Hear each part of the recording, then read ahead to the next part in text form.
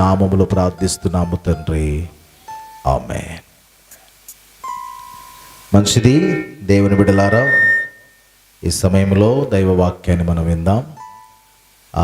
ఈ సందర్భంలో మన మధ్య ఉన్నటువంటి కుమారుడు స్పర్జన్ ఈ సమయంలో వాక్య పరిచయం చేస్తారు. మనం అందరం గట్టిగా చప్పలు కొడదాం, వారిని ప్రేమపూర్వకంగా ఆహ్వానిద్దాం.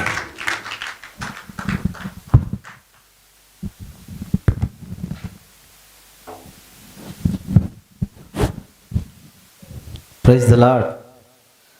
అందరు బాగున్నారా? బాగున్నారు కదా? బాగానే ఉంటారు. మనకు ఒక నెల గ్యాప్ వచ్చింది, అంతే. ప్రతి నెల వస్తూనే ఉన్నాం మనవరికి దేవుడి దయలో. ఈ యొక్క క్రిస్మస్లో కూడా ఇంకా ముందు రావాలని ఆశపడ్డాను, కానీ కొంచెం పనులు అక్కడ మినిస్ట్రీ పనులు ఎక్కువ చేత రాలేకపోయాను. ఇంకొక కాలేజీలో వాళ్ళు చేసుకునేదానికి ఒప్పుకోవడం చేత ఇక 19వ తారీఖు దాకా రాలేకపోయాను. ఇక్కడ మన సెమీ క్రిస్మస్లు అన్నిటి కూడా కొన్నిటికి మిస్ అవ్వడం జరిగింది. తాళ్ళగడ్డ దానికి నాకు ఎంతో ఆశ ఉండే రావడానికి, పాల్గొనాలి. మన సంఘంలో ఉన్నంత ఆనందము ఎక్కడ ఏం చేసినా కూడా ఆనందం రాదు. ఎందుకంటే ఎంతసేపు చేసినా కూడా మనం బయట వాళ్ళలాగానే ఉంటాం. అక్కడ మన ప్రోగ్రామ్స్ కండక్ట్ చేస్తాం, కానీ మన ప్రోగ్రాం ఉత్తిదే. ఇక 3 గంటలు 4 గంటలు ఉంటుంది, అయిపోయిందనుకో వచ్చేస్తాం, మన రూమ్లో మనం ఉంటాం, మన పని మనం చేసుకుంటాం, అలాగుంటాయి అన్నమాట. కానీ ఈ క్రిస్మస్ ఆనందం అంతా కూడా మన సంఘంతో ఇక్కడ ఉండి చేసుకుంటుంటే ఎంత బాగుంటుంది అంటే అంత బాగుంటుంది. అది వర్ణించలేదన్నమాట. అది మిస్ అవుతుంటానన్నమాట ఒక్కోసారి. కానీ ఇక ఎటకేలకు వేగవంతంగా వచ్చాను దేవుని దయలో మనతో సంఘంలో గడపడానికి. ఈ క్రిస్మస్లు అన్నిటిలో కూడాను అన్ని క్రిస్మస్లో పాల్గొంటూ ఇంకేమైనా ప్రార్థనలు ఉంటే కూడా వాటిలో కూడా పాల్గొనాలని, వాటితో పాటు న్యూ ఇయర్ కూడా ఇక్కడ సెలబ్రేట్ చేసుకొని వెళ్ళిపోవాలని మంచి పెద్ద లీవ్స్ పెట్టుకొని వచ్చారనమాట. దేవుడు మా కృపను బట్టి. Praise the Lord. మరి అయితే చాలా టైం అయిపోయింది, 1 అవుతుంది. మరి 1ంటికి అందరం ఇంటికి పోవాల్సింది, కానీ ఇప్పుడు మనం వాక్యం స్టార్ట్ చేసుకోబోతున్నాం. వాక్యం మరి 1 గంట సేపు చెప్తాను, 2 గంటలకు పోదాం తప్పకుండా. ఓకేనా? ఎంతమందికి నీరసం వస్తుంది చేతులు ఎత్తండి. నీరసం వచ్చేటోళ్ళు అందరు చేతులు ఎత్తారు. ఓకే, సంతోషం. నీరసం ఖచ్చితంగా వస్తుంది. నేనైతే గట్టిగానే తిని వచ్చిన. ఒక చర్చిలోనంట పాస్టర్ గారు అందరికి ఫాస్టింగ్ ప్రేయర్ పెడుతున్నా, అందరు రావాలి అన్నాడంట. అందరూ ఫాస్టింగ్ ప్రేయర్ తోటి ఉపవాసం ఉండి వచ్చారు. ఒక సంఘస్థుడు మాత్రము పాస్టర్ గారితో ఆయన మంచిగా తిరుగుతాడు. నాకు లాగా ఇజ్రాయల్ లాగా మనందరిలాగే ఒకరు సపక్కునని ముందర వచ్చేసిరంట. పాస్టర్ గారు ఇక లోపల ఉన్నాడు, జనం ఎవరు రాలేదు, ఇంట్లో ఉన్నాడు అనేసి అయ్యగారు అనుకుంటే ఇంట్లోకి పోయిందంట. ఇంట్లోకి పోయేసరికి అయ్యగారు గట్టిగా పూరీలు తింటుండంట. పూరీలు తినేసి వచ్చేసి ఇక అయిపోయింది. పూరీలు తిన్నాడు, వచ్చేసిండు. మంచిగా ప్రేయర్ బలంగా నడిపిస్తుంటే ఇక మధ్యాహ్నం 1-2 అవుతుంది. అందరూ నీరసం అయిపోతారు. ఏముంది, మార్నింగ్ నుంచి ప్రార్థన జరుగుతుంటే మధ్యాహ్నం 1-2 అయ్యేసరికి బ్రేక్ఫాస్ట్ లేదు, లంచ్ లేదా. కాబట్టి ఏమైపోతుంది, నీరసం అయిపోతుంటే అప్పుడు పాస్టర్ గారు అందుకుంటాడు మైకు. పరిశుద్ధాత్మ శక్తి నాలో ఉంది చూడండి. ఇంత శక్తి నాలో ఉన్నాక ఈ శక్తితో ఏదైనా చేయొచ్చు, ఎలానైనా సాధించవచ్చు. అది పవర్ అంటే ఏంది? పరిశుద్ధాత్మ శక్తి ఏమన్నా పూరి శక్తి పెట్టుకున్నారట అన్నట్టు. ఇప్పుడు మాత్రం నేను గట్టిగా తిరిగి వచ్చాను. మీరు ఏ శక్తి అన్నా కూడా మీరేం చేస్తారంటే, నువ్వు తిన్న అన్నం శక్తి అని మీరు అనుకోవచ్చు. ఎందుకంటే నేను చెప్పాను కాబట్టి మీకు తెలిసింది. నేను చెప్పకపోతే కూడా ఏది అని చెప్పవచ్చు. కాకపోతే మీకోసం తొందరగానే అయిపిస్తాను. ఈరోజు మనం ఏర్పాటు చేసుకున్న అంశం వచ్చేసి దేవుని యొక్క ఉద్దేశం. అంశం పేరు ఏంటంటే దేవుని ఉద్దేశం. ఈ దేవుని ఉద్దేశం ఏంటి? మనం చదవబడిన లేఖనం ప్రకారము ఈ కొంచెము ఇక్కడక్కడ కనెక్షన్ ఉంటుంది. ఆ కనెక్షన్ అన్నీ తీసుకొచ్చి మీకు ఒక దగ్గర చేరుస్తాను. ఆ చేర్చడానికి మీరు నాతో కలిసి ఈరోజు వాక్యాలు ఎక్కువ చదివేది ఉంటుంది. వాక్యాలు కూడా చదవడానికి ప్రయత్నం చేయండి. ఎందుకంటే నేను మొబైల్లో రాసుకున్నాను కాబట్టి పెద్దగా ఉంటే పెద్దగా అయితే ఇబ్బంది పడతాని కొన్ని రెఫరెన్స్లు మాత్రం పెట్టుకున్నాను. మనం ఫాలో అవుతుంటాము ఒకటొకటిగా. అయితే దీనిలో భాగంగా ఇప్పుడు మనము చదవబడిన లేఖన భాగం మరొకసారి మనం చదువుకుందాం. మత్తయి సువార్త 1వ అధ్యాయం 18-21 వచనాలు మరొకసారి చదువుకుందాం. యేసుక్రీస్తు జననం మీద మెట్టనుగా ఆయన తల్లి అయిన మరియ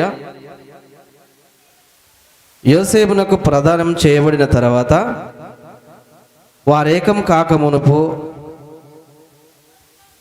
ఆమె పరిశుద్ధాత్మ వలన గర్భవతిగా ఉండెను.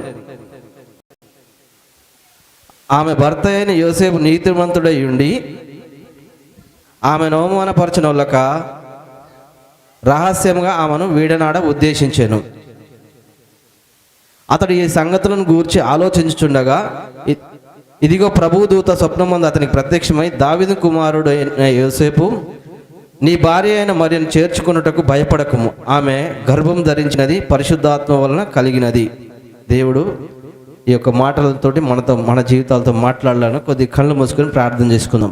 పరిశుద్ధుడా, జీవం కలిగిన మా తండ్రి, చదవబడిన వాక్యంలో నుంచి మీరు నామా జీవితాలతో మీరు మాట్లాడి నీ నామానికి మహిమా ఘనత తెచ్చుకున్నామని మమ్మల్ని బలపరిచి మమ్మల్ని స్ట్రెంథెన్ చేసి మా జీవితాల్లో ఉన్న ఒక ఉద్దేశం, మీరు మా జీవితాల పట్ల కలిగిన ఉద్దేశం ఏందో మాకు బయలుపరిచి మీరే తేడా తెల్లన చేయమని ఇక్కడ నిల్చున్న నన్ను బలమైన పాత్రగా వాడుకోమని యేసునామములో ప్రార్థన చేయుచున్నాను మా పరమ తండ్రి. ఆమేన్, ఆమేన్. ఇక్కడ మనం చదవబడిన లేఖనంలో చూసినట్లయితే ఇక్కడ యోసేపుతో దేవుడు మాట్లాడుతున్నాడు మనం చూస్తాం. యోసేపుతో దేవుడు ఏమని మాట్లాడుతున్నాడు, ఒక ఉద్దేశం కలిగి ఉన్నాడు యోసేపు జీవితం పట్ల. మనము ఈ యొక్క మన అంశం ఉద్దేశం కాబట్టి ఉద్దేశం మీదనే ఉండాలి. ఉద్దేశంతో క్రిస్మస్ను మనం ముందు క్రిస్మస్ గురించి చెప్పుకుందాము. ఈ ఉద్దేశంలో దేవుడు భూమి మీద ప్రతి ఒక్క మనిషిని సృజించిండు అంటే ఒక ఉద్దేశంతోనే సృజించిండు. ప్రతి ఒక్క వస్తువును సృష్టించిండంటే ఒక ఉద్దేశంతోనే చేశాడు. ఈ సృష్టి అంతటిని కూడా దేవుడు సృజించింది ఎందుకంటే ఒక ప్రణాళిక, ఒక ఉద్దేశం, ఒక పర్పస్లోనే ఆయన ఒక ప్లాన్లోనే సృజించాడు. ఈ యొక్క ప్లాను, ప్రణాళిక, ఈ ఉద్దేశంలోనే మొదటిగా దేవుడు ఈ చేసిన పనులలో నలుగురిని ఉద్దేశించి ఈరోజు మనం తెలుసుకుందాం దేవుడు వారిని ఏమిటి చేశాడు. దానికి ముందుగా ఈ సృష్టిలో ఉద్దేశం గురించి చెప్తున్నాను కాబట్టి ఏ ఉద్దేశం అంటే భూమి ఎందుకోసం అంటే మనమందరం నివసించడానికి, సమస్తం మనకు సౌఫల్యంగా ఉండడానికి దేవుడు ఈ భూమిని సృజించాడు. తర్వాత సూర్యుని సృజించాడు. సూర్యుడు ఎందుకు సృజించాడంటే సూర్యుడి నుంచి వెలుతురు రావడానికి, మనము తినడానికి ఆహారం తయారవ్వాలంటే సూర్యరశ్మి ద్వారా కిరణజన్య సమక్రియ జరగడానికి, మొక్కలను వీటిని వాటి ఫుడ్ను ప్రొవైడ్ చేయడానికి, మనకు ఆహారాన్ని అనుగ్రహించడానికి సూర్యుడు వెలుగుతో పాటు సమస్తమైన క్రియలు చేయడానికి దేవుడు సూర్యుని సృజించాడు. అదేవిధంగా చంద్రుడు కూడా రాత్రిపూట వెలుగునేయడానికి, చల్లదనాన్ని వాతావరణం అంతా ఒక క్రమంలో పెట్టడానికి దేవుడు చంద్రుడిని సృజించాడు. ఆ విధంగా ప్రతి ఒక్క సృష్టిలో ప్రతి ఒక్కదాన్ని కూడా ఒక ప్లాను, ప్రణాళిక పద్ధతిలో సృజించాడు. సూర్యుని చేశాడు కాబట్టి సూర్యుని పని సూర్యుడే చేస్తున్నాడు, చంద్రుని పని చంద్రుడు చేస్తున్నాడు. గాలిని దేవుడు సృజించాడు. మనకు ఆ గాలి మనం పీల్చుకోవడానికి, మనం వదలడానికి, మనకు బలం, ఆరోగ్యం ఉండడానికి, ఆ బ్రీతింగ్ ఉండడానికి దేవుడు గాలిని సృజించాడు. గాలి కూడా తన పని తాను చేస్తుంది. అదేవిధంగా దేవుడు నీటిని సృజించాడు. నీరు తన పని తాను చేస్తున్నది. ఇక్కడ దేని పని అది క్రమం తప్పకుండా సిస్టమేటిక్లో ఏది ఎలాగా పెట్టాడో అవన్నీ కూడా సక్రమంగా చేస్తున్నాయి. మరి వీటితో పాటు దేవుడు మనల్ని కూడా సృజించాడు.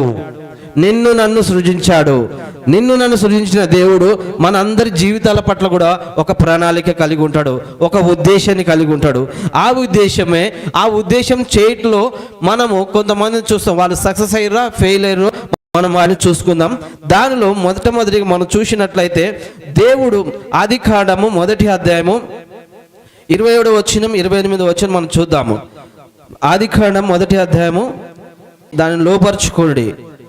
సముద్రం చేపలను, ఆకాశ పక్షులను, భూమి మీద పాకు ప్రతి పక్షి జీవిని ఏలుడని దేవుడు వారితో చెప్పాడు. ఇక్కడ దేవుడు ఆదామును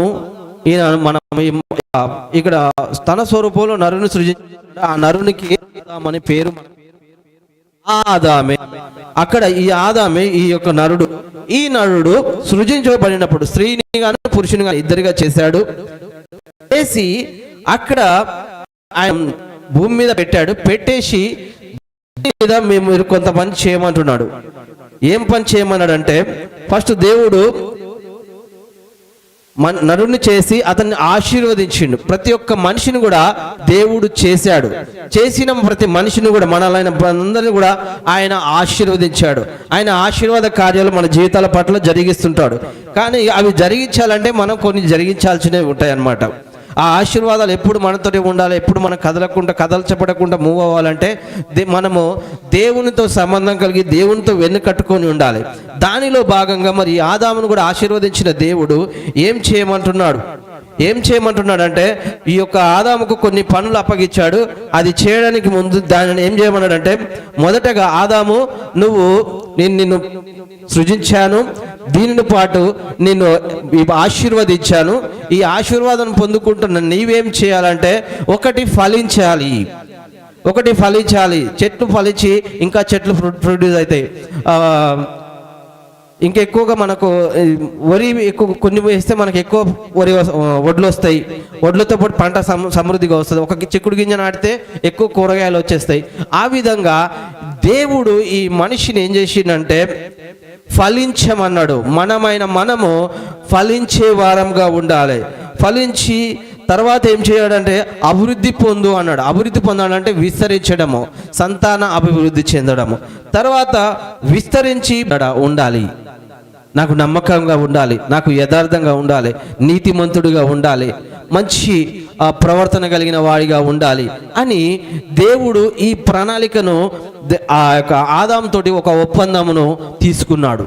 ఈ ఒప్పందం తీసుకున్న దాంట్లో ఆ ఒప్పందంలో తను నిలవలేకపోవడం చేత ఆదాము ద్వారా ఈ భూమి మీదకి పాపం వచ్చేటట్టు మనం చూస్తాం.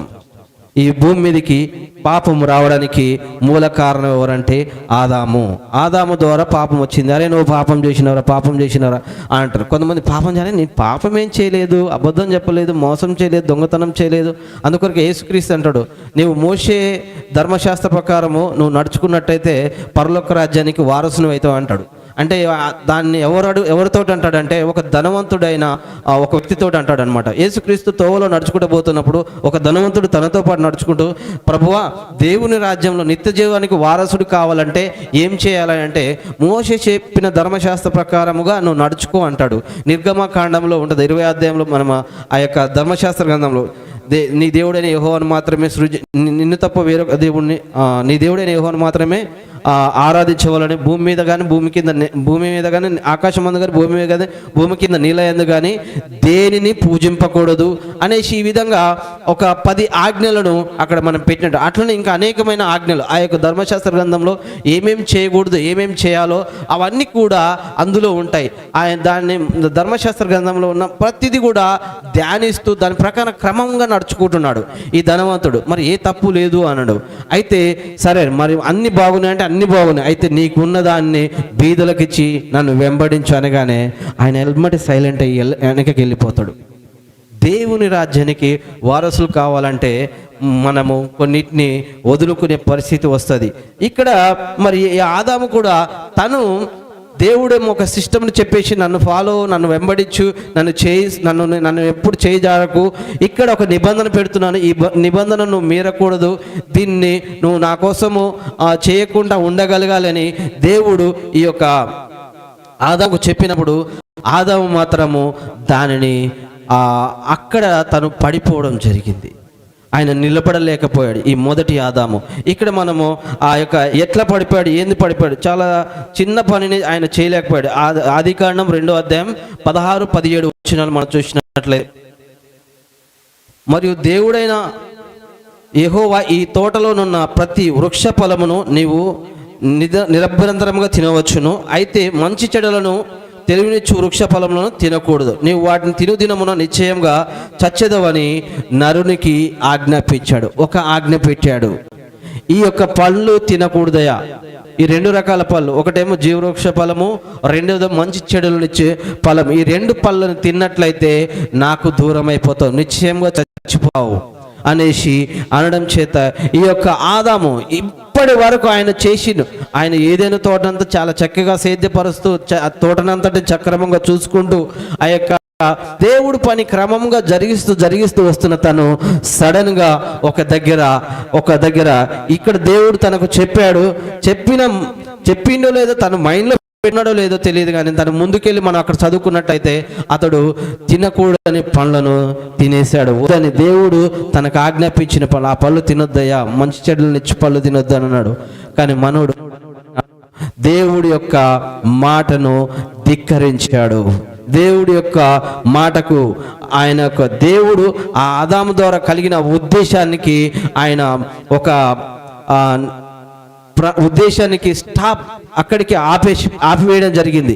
అంతటితో దేవుడి యొక్క ఉద్దేశము పొడిగించడానికి మార్గాలు అలాగా పాపం మన భూమి మీదకి వచ్చేసి దేవుడి ఉద్దేశంలో మార్పులు జరగడం జరిగింది. ఆదాము పట్ల నుంచి ఆదాము పాపం చేయబడిన అతను దేవుడి నుంచి టోటల్గా దూరం అయిపోయాడు. దూరం అయిపోవడం అంటే దేవుడు తనను వెంబడిస్తూనే ఉంటాడు, కానీ దేవుడిచ్చే ప్రతి ఈవిలో ఆ యొక్క ఏదేను తోట స్వచ్ఛము పరలోకంలాగా ఉంటుంది. పరలోకంలో ఎలాంటి యొక్క అనుభూతి ఉంటుందో, ఎంత ఆనందం, ఎంత సంతోషం, ఎంత మహిమ ఉంటుందో ఏదైనా తోట కూడా అలాగా నిండి ఉండేదన్నమాట.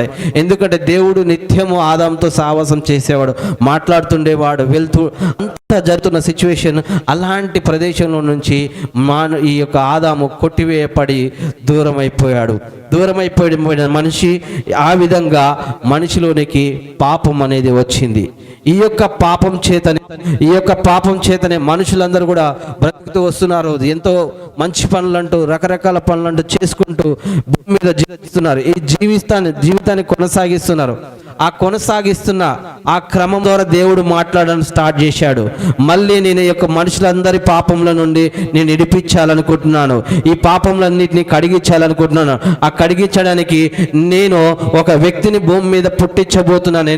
ప్రవక్తల ద్వారా ఆయన చెప్పడం జరుగుతుంది. మన ప్రవక్తల ద్వారా చెప్పడము ఒకటిసారి మనము ప్రవక్తల ద్వారా పాత మాటలు చెప్తున్నారు. ఈ మాటలు చెప్తున్నప్పుడు ఈ మాటలన్నీ వింటున్న వారు ఎవరి ద్వారానే దేవుడు భూమి మీదకి మళ్ళీ పాపం తీయబోతున్నానని చెప్పాడు. దాన్ని మనం చదువుకున్న తర్వాత ఎక్స్ప్లెనేషన్ ఇస్తాను.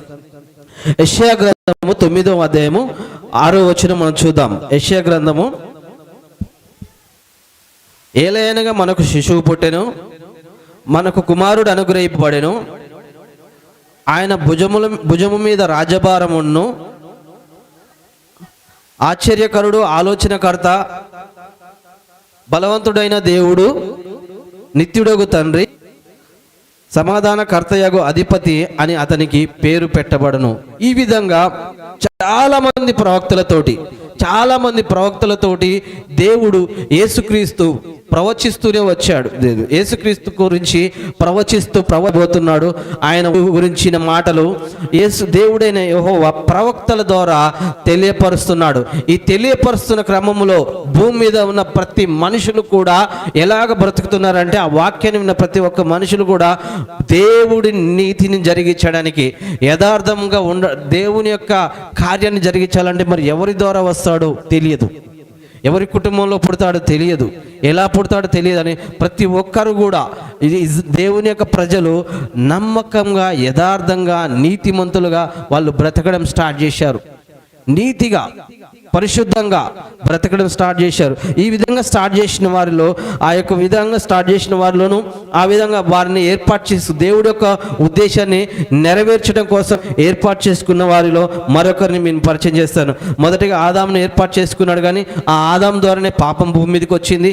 భూమి మీదకి వచ్చిన పాపం కోసము మరొకరి పట్ల ఒక ఉద్దేశం కలిగి దేవుడు పుట్టించాడు. ఆ యొక్క పుట్టించిన వ్యక్తులలో మరొకరు మనం తెలుసుకుందాము. మరియమ్మను గురించి మనం తెలుసుకుంటాం. లూకా సువార్త 1వ అధ్యాయం 28 నుంచి 31 వచనాలు మనం చూద్దాం. లూకా సువార్త 1వ అధ్యాయం 28 నుంచి 31 వచనాలు.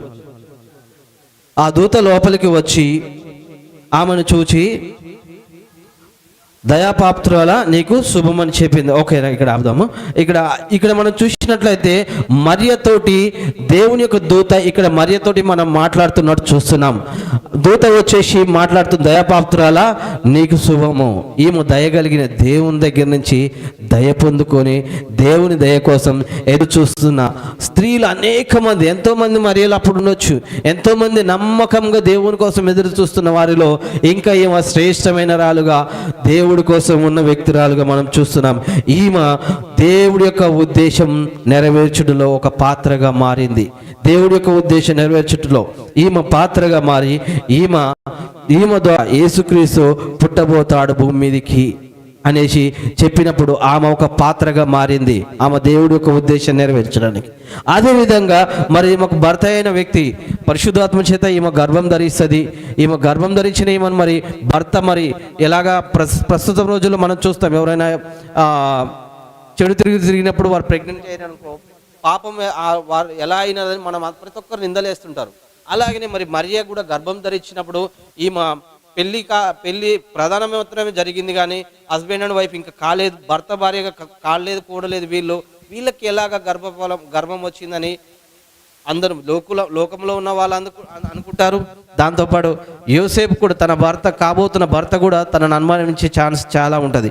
ఈ అనుమానాన్ని తీర్చడం కోసం మరి ఒక్కరిని ఆయన ఏర్పాటు చేసుకునే వ్యక్తులలో యోసేపును మనం చూస్తాం. యోసేపును మనము మత్తయి సువార్త 1వ అధ్యాయము 19 నుంచి 21 వచనాలు మనం చూసినట్లయితే, ఇందాక చదవబడిన లేఖన భాగం ప్రకారము ఇక్కడ యోసేపును దేవుడు, ఆ యోసేపు కూడా నీతిమంతుడు అని ఉన్నది. యోసేపు నీతిమంతుడై ఉండి ఈయన నీతిమంతుడిగా ఉన్నారు. వారందరూ కూడా ఆ రోజులలో దేవుని ప్రణాళిక నెరవేర్చడానికి, దేవుని ఉద్దేశం నెరవేర్చడానికి ఒక క్రమాన్ని కలిగి ఉన్నారు. ఒక ధర్మశాస్త్రాన్ని వాళ్ళు ఫాలో అవుతున్నారు. ఆ ఫాలోలో నీతిమంతులుగా, యథార్థవంతులుగా, పరిశుద్ధులుగా, ఏ అనిందులుగా, ఏ తప్పు లేని వారుగా జీవిస్తూ మరొక వ్యక్తి, ఈ కనపడిన వ్యక్తులలో కనపడుతున్న వ్యక్తులలో యోసేపు ఒకరుగా మనం చూస్తాం. ఇతడు నీతిమంతుడై ఆమెను వీడనాడకుండా ఆమెను వెన్నంటి యేసుక్రీస్తు భూమి మీదకి రావడానికి చూస్తాం.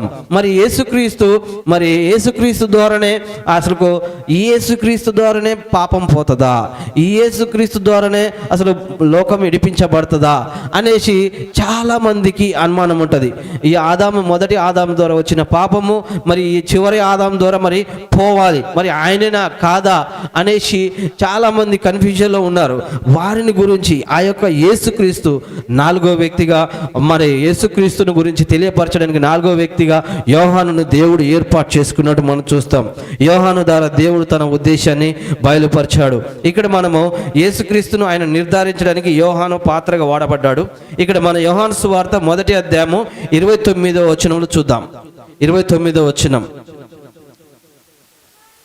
మరునాడు యోహాను యేసు తన యొద్దకు రాగా చూచి, ఇదిగో లోక పాపములు మోసుకొని పోవు దేవుని గొర్రె పిల్ల అనేసి ఇక్కడ యేసుక్రీస్తు గురించి ఆయన చాలా స్పష్టంగా క్లారిటీగా చెప్పాడు. ఆయన గురించి ఒక అతను వేరే వాళ్ళకు క్షమిస్తున్నాడు, క్రీస్తుని గురించి వేరే వాళ్ళు సాక్ష్యమిస్తున్న తను మరి ఆయన నీనా కాదా అని తను నిర్ధారించుకోవడానికి యేసుక్రీస్తు చేసిన కార్యాలన్నీ మనకి తెలుసు. ఈ విధంగా యేసుక్రీస్తు ఆయన మనకు యోహాను సువార్త 11వ అధ్యాయం 25వ వచనంలో చూసిన అందుకు యేసు పునరుత్థానమును జీవము నేనే, నా యందు విశ్వాసం ఉంచువాడు చనిపోయినను బ్రతుకును అని ఆయన మాట చెప్పాడు. తర్వాత ఇంకొక 11వ అధ్యాయం 26వ వచనంలో బ్రతికి నా యందు విశ్వాసం ఉంచు ప్రతివాడును ఎన్నటికి చనిపోడు. ఈ మాట నమ్ముచున్నావా అని ఆమెను అడిగాను. ఈ విధంగా యేసుక్రీస్తు కూడా నా యందు విశ్వాసం ఉంచినట్లయితే మీరు నిత్య జీవాన్ని పొందుతారు, మీరు నిత్యములో పరలోకానికి వస్తారు. మనము ఆదాము ద్వారా చూసినట్లయితేనేమో పరలోకానికి ద్వారాలు క్లోజ్ చేయబడి, ద్వారాలు మూయబడిన ద్వారాలు యేసుక్రీస్తు ద్వారా మళ్ళీ తిరిగి తెరవబడినాయి. ఆ ఆదాము మొదటి ఆదాము అయితే ఈయనను కడపటి ఆదామని యేసుక్రీస్తును అంటారు. మొదటి ఆదామేమో పాపంతో చెట్టు నుంచే పాపము భూమిలోనికి వస్తే, ఈ కడపటి ఆదాము చెట్టు మీద ఏలాడి మన అందరి పాపాలను ఆయన పాపముగా ఎంచుకున్నాడు. ఆ విధంగా యేసుక్రీస్తు ఉద్దేశాన్ని దేవుడు తన ఉద్దేశాన్ని నెరవేర్చడానికి నలుగురిని వాడుకున్నట్లు మనం చూస్తున్నాం. ఈ నలుగురు ద్వారా మొదటి ఆదామేమో పాపం చేసి దేవుని యొక్క నీతిని జరిగించలేకపోయాడు, కానీ తర్వాత ముగ్గురు మాత్రం దేవుని కార్యాన్ని చాలా చక్కగా జరిగించారు. ఇప్పుడు మరి ఇప్పుడు నిన్ను నన్ను దేవుడు సృజించాడు, దేవుడు ఏర్పాటు చేసుకున్నాడు. మరి ఆయన ప్రణాళికలో మనకు దేవుడు వాక్యం మన పూర్వీకులకు మొదట అందకపోవచ్చు, కానీ కాలక్రమేణము లేటర్ అని యేసుక్రీస్తు చనిపోయిన తర్వాత సమస్త లోకానికి సువార్త అందింది. ఆ సువార్తలో భాగంగా మన అందరి కొరకు యేసుక్రీస్తు చనిపోయాడు, మన పాపాల కోసం చనిపోయాడు. మనం ఎక్కడనూ వెతకని అవసరం లేదు. ఇక ధర్మశాస్త్ర గ్రంథాన్ని ఫాలో చేసుకోండి. ధర్మశాస్త్రం ఒక సిస్టమ్, ఆ విధాన్ని మీరు వెంబడించాలి అని అంటే మనకు యేసుక్రీస్తు ద్వారా అవన్నీ మన దగ్గరికి వచ్చినట్టు చూస్తాం. ఆయన మొదటి ఆదాము, కడపతి ఆదాము ఎట్లా అయినాడని మనము కొరింథీయులకు రాసిన పత్రిక 15వ అధ్యాయం 45వ వచనంలో మనం చూడొచ్చు. కొరింథీయులకు రాసిన పత్రిక కొరింథీయులకు రాసిన మొదటి పత్రిక 15వ అధ్యాయం 45వ వచనంలో ఇందు విషయమై ఆదాము మొదటి మనుషుడు జీవించు ప్రాణి ఆయను అని వ్రాయబడి ఉన్నది. కడపటి ఆదాము జీవింపచేయు ఆత్మ ఆయను. ఇక్కడ మొదటి ఆదామేమో అసలు ఈ సృష్టిని దేవుడి యొక్క ఉద్దేశం జరిగించడానికి చేయబడిన ఈ సృష్టి అంతటిని నీతి, న్యాయము, యథార్థత, పరిశుద్ధత ఈ సృష్టి అంతట్లో రిప్రజెంటేటివ్గా చూపించి ఒక క్రమంలో పెట్టాల్సిన ఆదాము లోకంలో పడిపోయాడు, పాపంలో పడిపోయి అక్కడితో దేవుడి ప్రణాళిక ఆగిపోయిన ఆ ప్రణాళికను తిరిగి నెరవేర్చడానికి, తిరిగి మళ్ళా కట్టడానికి, తిరిగి దేవుడు మళ్ళా పరిశుద్ధమైన రీయూనియన్ మార్చడానికి యేసుక్రీస్తును దేవుడే స్వయంగా యేసుక్రీస్తుగా భూమి మీద నరవతరాత్రిగా జన్మించి మనందరి పాపాల కోసం చనిపోయి ఆయన సమాధి చేయబడి తిరిగి లేచాడు. తిరిగి లేచి నేనే మార్గమును సత్యమును జీవమునయ్యున్నాను, నా ద్వారా తప్ప ఎవడును తండ్రి యొద్దకు రారు అనేసి చెప్పు ఆయన మీరు సర్వలోకమునకు వెళ్ళి సర్వ సృష్టికి సువార్తను చెప్పి నా తండ్రి కుమార పరిశుద్ధాత్మ నామములో వారికి బాప్తిజం ఇచ్చి నాకు శిష్యులుగా చేయండి అని మార్కు సువార్త 16వ అధ్యాయము 15-16 వచనాలు మనం చూస్తాం. 15-16 మార్కు సువార్త 16వ అధ్యాయం 15-16 వచనాలు. మరియు మీరు సర్వలోకమునకు వెళ్ళి సర్వ సృష్టికి సువార్తను ప్రకటించుడి, నమ్మి బాప్తిజం పొందినవాడు రక్షింపబడును, నమ్మని వాడు వానికి శిక్ష విధింపబడును. ఈ క్రమంలో దేవుని యొక్క సువార్త భూమి మీదకి వచ్చింది. సువార్త ఆయన యొక్క సువార్త అంటే ఆయన రాజ్యమును తిరిగి భూమి అందంతటా కడుతున్నాడు. ఏదో వనంలో స్టార్ట్ అయినది అక్కడితో ఆగిపోయి తర్వాత యేసుక్రీస్తుతో కడపటి ఆదాయమైన యేసుక్రీస్తుతో మళ్ళీ దేవుని రాజ్యం భూమి మీద అంచెలంచెలుగా విస్తరిస్తున్నది. ఈ అంచెలంచెలుగా విస్తరించడానికి మొదటగా ఉన్న పాపము, మొదటగా ఉన్న శాపాలన్నీ కూడా ఒకటిగా పోతూ వస్తున్నాయి, ఒకటిగా తేటపాలు తెల్లనిగా అవుతూ వస్తున్నాయి. దానిలోనే దేవుని రాజ్యం విస్తరిస్తుందని తెలియపరచడానికి మనము ఉదాహరణగా చూస్తాం. రాజులు పరిపాలిస్తున్న కాలంలో అనేకమైన శ్రమలు ఉండేది. ప్రజలు తక్కువగా ఒక రాజ్యంలో బందీలుగా ఉండేవారు. అయితే కొంతమంది అసలు బానిసలుగా ఉండేవారు, కట్టు బానిసలుగా ఉండేవారు. కొంతమంది ఏమో అసలు తిండి లేకుండా ఉండేవారు, కొంతమంది గూడు లేకుండా ఉండేవారు. కానీ ఇప్పుడు ఆ యొక్క దేవుని రాజ్యము భూమి మీద విస్తరిస్తుంది, ఇంకా వృద్ధి చెందబోతుంది అనడానికి రుజువు ఏంటంటే ఆ రాజుల కాలం నుంచి స్వతంత్ర రాజ్యాలుగా మారినాయి. స్వతంత్ర రాజ్యాల నుంచి వెళ్ళి అందరూ కూడా జనాలు ఎవరికి వారు తెలివిగా బ్రతకడం స్టార్ట్ చేశారు. ఆ తర్వాత ఇల్లు లేని వారు ఇల్లులుగా ఉండనాయి, గూడు లేని వారి గూడు. మరి ఇంకా పరిపక్వతలోనికి రాజ్యాలు పోతున్నాయి, ఇంకా నీతిలోనికి రాజ్యాలు పోతున్నాయి. ఒకప్పుడు రాజ్యం పరిపాలిస్తున్న వారు ఎలా పరిపాలిస్తున్నారు కూడా జనాలకు ఎవరికి తెలియదు. కానీ ఇప్పుడు ప్రతి ఒక్కరికి తెలుసు ఎలా పరిపాలిస్తున్నారు, ఏ విధంగా పరిపాలించబోతున్నారు, ఎట్లా పోతుంది నెక్స్ట్ అని ప్రతి ఒక్కరు కూడా అర్థం చేసుకునే అవగాహనలోనికి వచ్చారు. ప్రతి ఒక్కరు కూడా రాజ్యాన్ని పరిపాలించడానికి అవకాశాలు వస్తున్నాయి. ఇది కూడా దేవుని రాజ్యానికి సంబంధించినదిగా కనెక్షన్ అన్నమాట. ఈ విధంగా యేసుక్రీస్తును మన క్రిస్మస్ ఎందుకు చేసుకుంటాం అంటే మన అందరి పాపాలను తొలగించి ఆయన యొక్క రాజ్యానికి మనల్ని వారసులుగా చేశాడు. కాబట్టి మనం క్రిస్మస్ చేసుకుంటున్నాము. ఈ క్రిస్మస్ ద్వారా ఎవరికైతే దేవుని సువార్త తెలియదో, దేవుని యొక్క వాక్యం, దేవుడి యొక్క ప్రణాళిక తెలియదో ఆ యొక్క ఉద్దేశాన్ని తెలియపరచడం కోసం మనం అనేకమైన క్రిస్మస్లు, సెమీ క్రిస్మస్లు, సెలబ్రేషన్లు, మీటింగ్స్ అని కండక్ట్ చేస్తున్నాం. వీటన్నిటి ద్వారా తెలుసుకున్న నరులందరూ కూడా కేవలం తెలుసుకోవడం మటుకేనా అంటే కాదు, మన జీవితం పట్ల ఒక ప్రణాళిక దేవుడు ఏం కలిగి ఉన్నాడో అది నెరవేర్చాలి. మనమందరము నెరవేర్చాలి. మనము దేవుని యొక్క సువార్తను తెలియపరచడంతో పాటు దేవుని నీతిగా మనం బ్రతుకువారమై ఉండాలి. దేవునికి పరిశుద్ధంగా జీవించు వారంగా ఉండాలి. దేవుడు అది మన నుండి కోరుకుంటున్నాడు. ఈ దినము మరి మనము ఆ యొక్క క్రిస్మస్లో ఒక ప్రత్యేకమైన క్రిస్మస్గా ఈ ఇయర్ నుంచి వెళ్ళి మనం మార్చుకుందాం. ఎన్నో రోజులు ఈ సంవత్సరం నుంచి వెళ్ళి నేను ఇలా ఉండాలి, నేను ఉండాలి కాదు. ఈ సంవత్సరం ఎన్ని సంవత్సరాలు అయిపోయింది, ఇక నుంచైనా మనము నీతిగా బ్రతకడానికి పరిపక్వతలోనికి వెళ్దాం. మరి ఈ విధంగా ఉండాలంటే మరి ఇలాగా మనం ఉండలేము అని అంటే చదువు రాని వాళ్ళు దేవుని వాక్యాన్ని ప్రతిరోజు ఎలాగనైనా వినడానికి ప్రయత్నం చేయండి. టీవీలు లేని ఇల్లు లేవు, సెల్లులు లేని ఇల్లులు లేవు. టచ్ ఫోన్లు ఉంటాయి, పిల్లల దగ్గర ఉంటుంది, పెట్టించుకోండి, వినండి.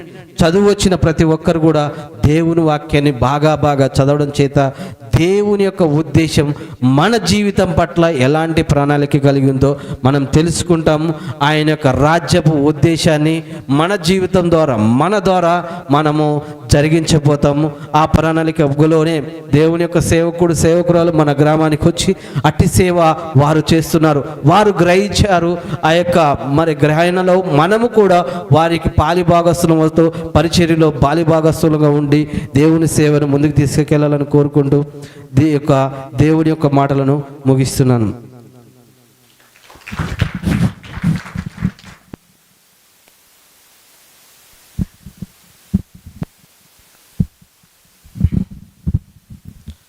దేవునికి స్తోత్రం. హల్లెలూయా. మంచి సందేశము క్రిస్మస్లో